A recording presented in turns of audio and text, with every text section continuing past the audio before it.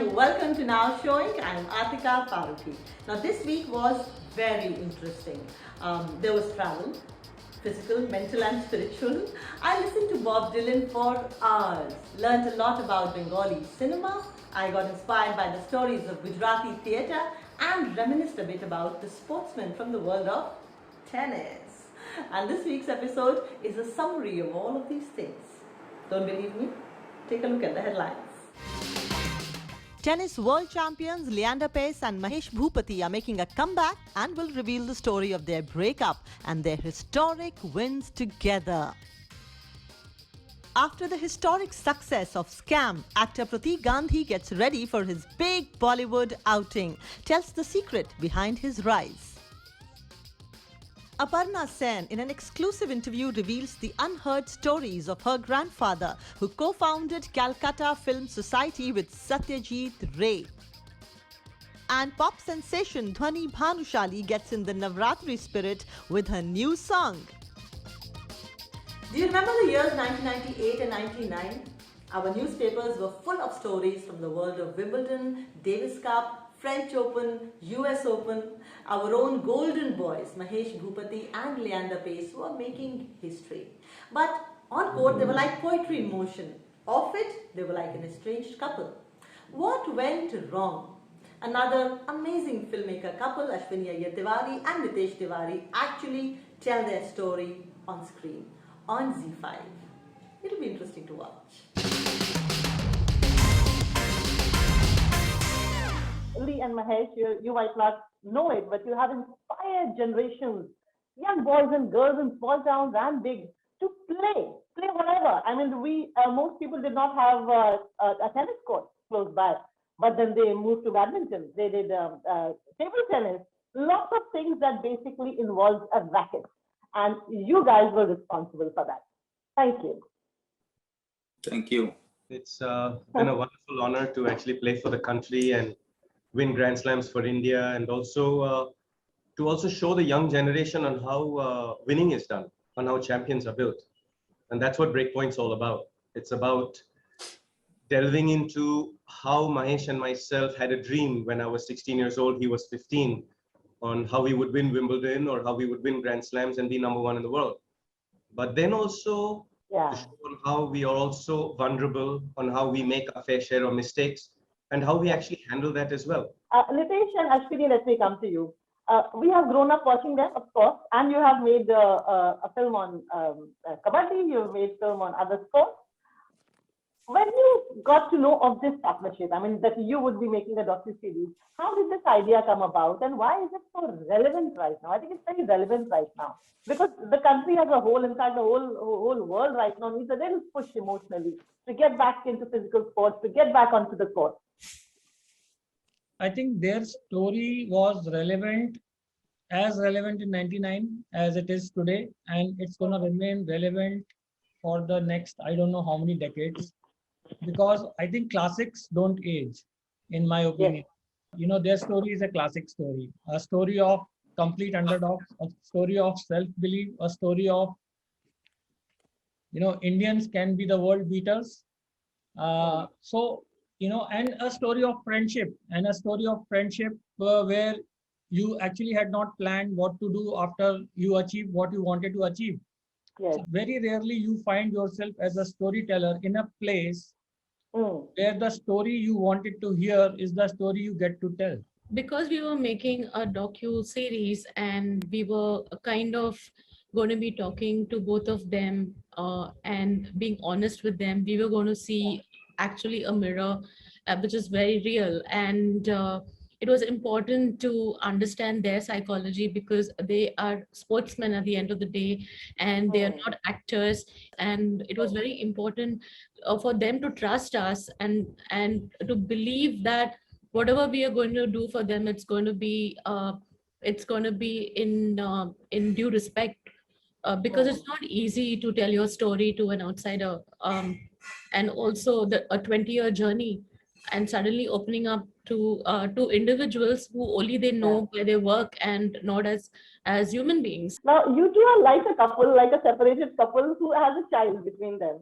You are separated as well as can't talk bad of each other and can't part ways completely. But there is this sweet affinity between you two. When you actually parted ways and they were like hope pinned to you in those years and people had this notion that you are not together, was there emotional accusations on you?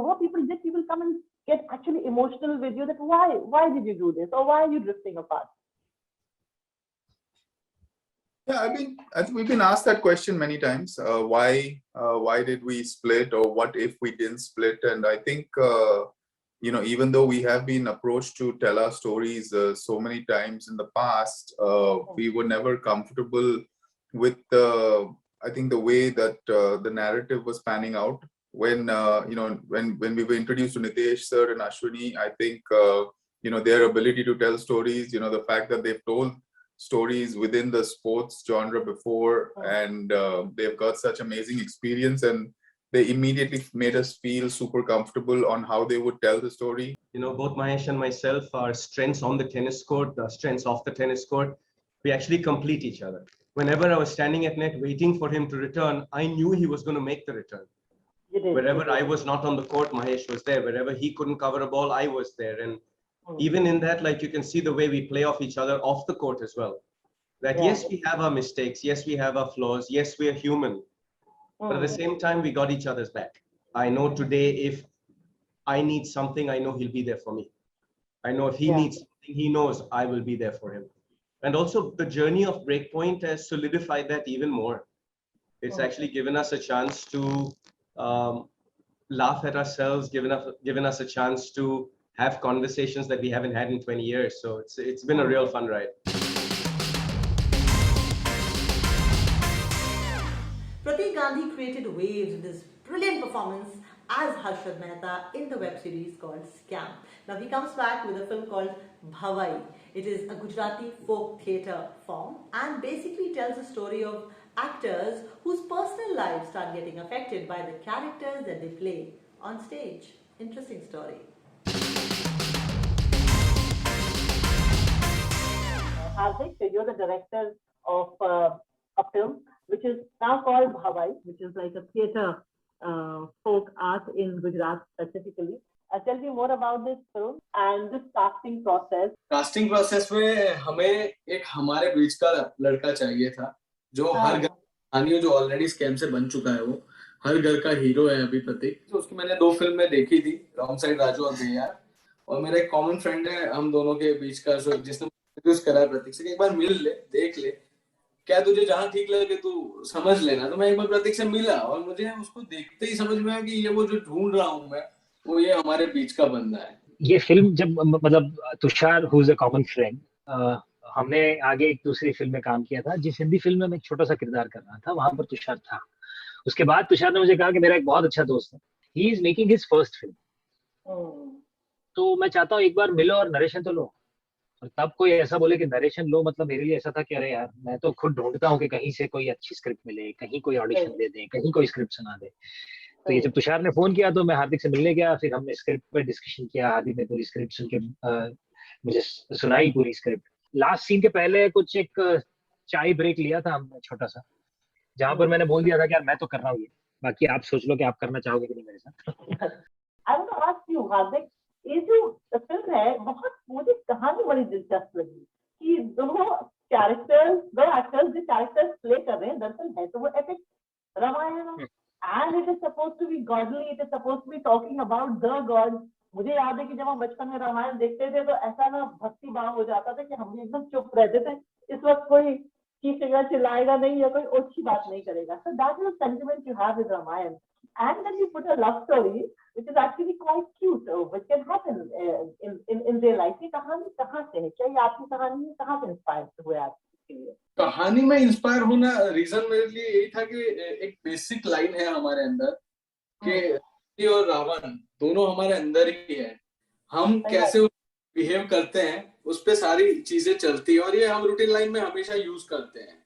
सो एक दिन रात को ऐसे ही midnight मुझे एक strike हुआ कि क्यों ना ऐसा कोई ड्रामा बनाया जाए जो एक इंसान की स्प्लिट पर्सनालिटी पे हो, और वहां से आइडिया टेक ऑफ हुआ कि रील और रियल को कनेक्ट करते हैं. असल में राम जी कौन है और रावण कौन है, तब ये आइडिया जनरेट हुआ और फिर स्क्रिप्टिंग का पूरा प्रोसेस हमने स्टार्ट किया। टाइम लगा बिकॉज अब आपने जैसे बताया बहुत थीन लाइन है और इसमें गरिमा को देखते हुए जो हमारे उसको देखते हुए फिल्म बनाई है। सो देखने के बाद जो आपने बोला कि साइलेंट हो जाता था कि रामायण चल रही है शांत हो जाओ, ये फील आएगी कि जब भी रामायण चलेगी आपको एक प्राउड फीलिंग होगी कि यार बड़े पर्दे पे रामायण देख रहे हैं। अब प्रतीक ये बताएं कि जो मैंने आपसे जो मैंने अभी बात बोली कि आपकी क्राफ्ट के बारे में मुझे बहुत कुछ जानना है। When you get a character, जैसे आपको ये कैरेक्टर अभी इसमें मिला, अब मुझे यहाँ से बताइए कि अगला 1 महीना क्या होता है? जैसे कैरेक्टर मिलता है ना, जैसे ही मैं पढ़ता हूँ, शायद मैं उस कैरेक्टर की दुनिया समझने का प्रयत्न करता हूँ और उसकी इमोशनल जर्नी समझने का प्रयत्न करता हूँ कि कहानी यहाँ से शुरू होकर यहाँ तक जा रही है, उसमें इस किरदार को ये सारी चीजें फील करनी है।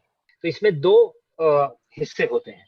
एक तो मुझे ये फील करना है, मुझे ये बात कहनी है, और दूसरा कि वही फीलिंग्स मुझे ऑडियंस तक पहुंचानी है। Now when I think this way, there are multiple things.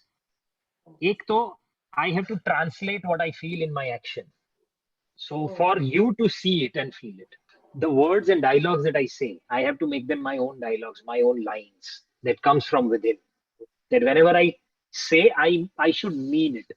ये 2 चीजें मेरे हाथ में है जो मैं कर सकता हूँ। बाकी जहां तक दूसरे वेरिएबल्स की बात है तो वो सेट किस हिसाब का होगा, फ्रेमिंग कैसे होगी, बैकग्राउंड म्यूजिक क्या होगा, वो सारे वेरिएबल एक एक्टर के पास नहीं होते। But I have to guess it कि अच्छा यहाँ शायद ऐसा कुछ होगा। मुझे यहाँ तक ध्यान रखना पड़ता है कि इसके बाद अगर एडिट जाना है तो वो किस हिसाब से दूसरा सीन लगने वाला है। So I should be able to give enough option to the director. तो मैं इतनी बेसिक चीजें ध्यान रखता हूँ when I create a character and perform. मैंने आपके कुछ इंटरव्यूज सुने और आपने बताया कि वहाँ पे इंजीनियरिंग से पहले आप एक स्कूल में पढ़ते थे।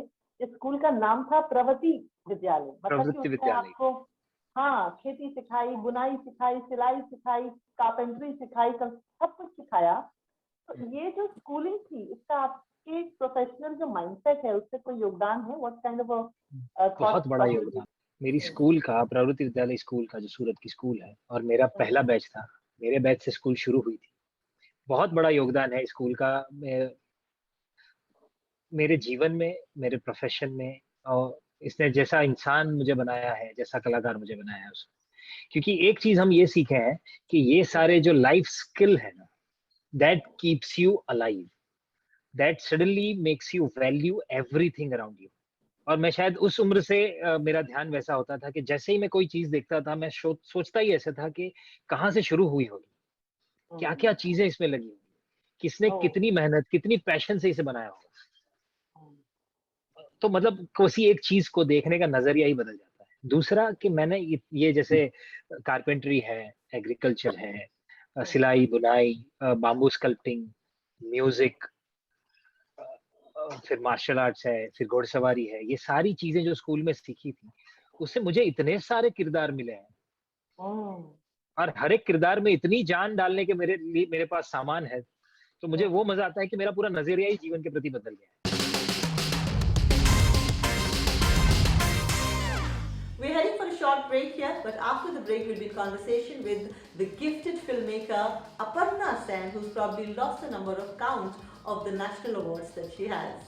Also in conversation with Dhwani Bhanushali in a short while.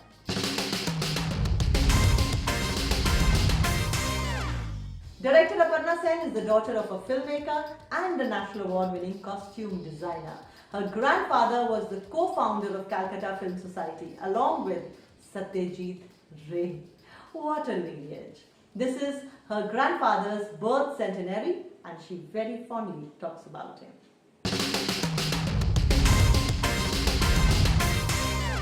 Hello ma'am, how are you? I'm very well, thank you. So your father, Chidanand Dasgupta, was this amazing man, somebody who gave our country a shape that it has now. Tell me about him as a professional, and of course he was the co-founder of Calcutta Film Society along with Satyajit Ray, of course. He lived in Shantiniketan, the place of Rabindranath Tagore, which he had read in books. Unfortunately, I've never been there. I think he lived there. That was in his later years, though. So that was in his later years. He lived in Calcutta and then in Delhi. He was the Oh. editor of Span. He moved to Shantiniketan after he retired from there. If we need to go back, then we really should go back to his father, who was a Brahmo missionary. And he was a very fearless, courageous man, religious. In my father's case, I think the religiosity that my grandfather had translated into a kind of intellectual honesty. Wow. He was, what you can call a radical humanist. And also he and my mother both, they lived a life in the arts, even though my father at one time did work for a corporate company. But all along, all through, his love for cinema sort of dominated over everything else, really. And he actually was a pioneer in that he kind of brought the idea of treating the film as a text. My father and Satyajit Ray saw a Brief Encounter. It was an American film, but they saw it 11 times. 11 times in order to understand the shot taking, etc., etc. I think that's how Satyajit Ray really taught himself filmmaking more than anything else, because none of them went to a film school. But my father wrote in a lot of foreign film journals also, like Sight and Sound and so on. His book on Satyajit Ray, the films of Satyajit Ray, that is a seminal book. People kind of refer to it. And since he was himself a filmmaker, he made a couple of films. Ma'am, did you go to... He made a couple of feature films, he made too. Feature films, yes. He made a wonderful documentary on Biju Maharaj. Where can we see his work? It's very difficult. We're trying to get hold of them. We're trying to get them digitized. And his family, his admirers, and his friends, we got together, some of us, and we formed the Chidananda Daskata Memorial Trust. And this is, along with Satyajit Ray, my father was a few months younger. Ray was born in May and my father was born in November. So 20th November marks his 100th birth anniversary. So we thought that we'd start from 20th November 2021 and then go on to 20th November 22.